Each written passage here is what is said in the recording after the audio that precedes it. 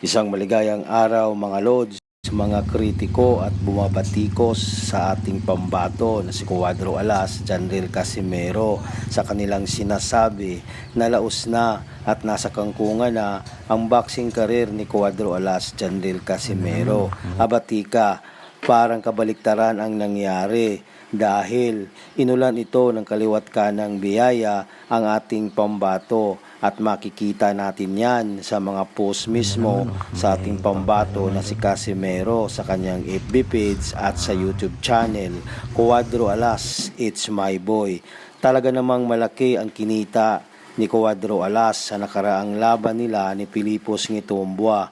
Bukod sa kanyang planitang lupain na nabili, nagpatayo pa ito ng boxing gym para makatulong sa kanyang kababayan at sa mga kabataang nangangarap din na maging world champion sa hinaharap.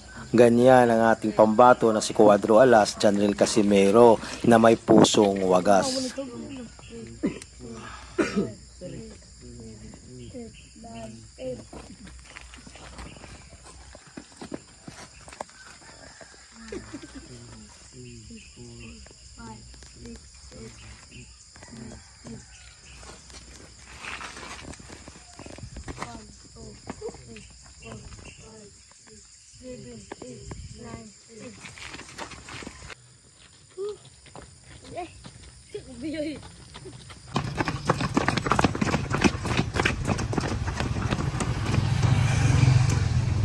Akit, akit.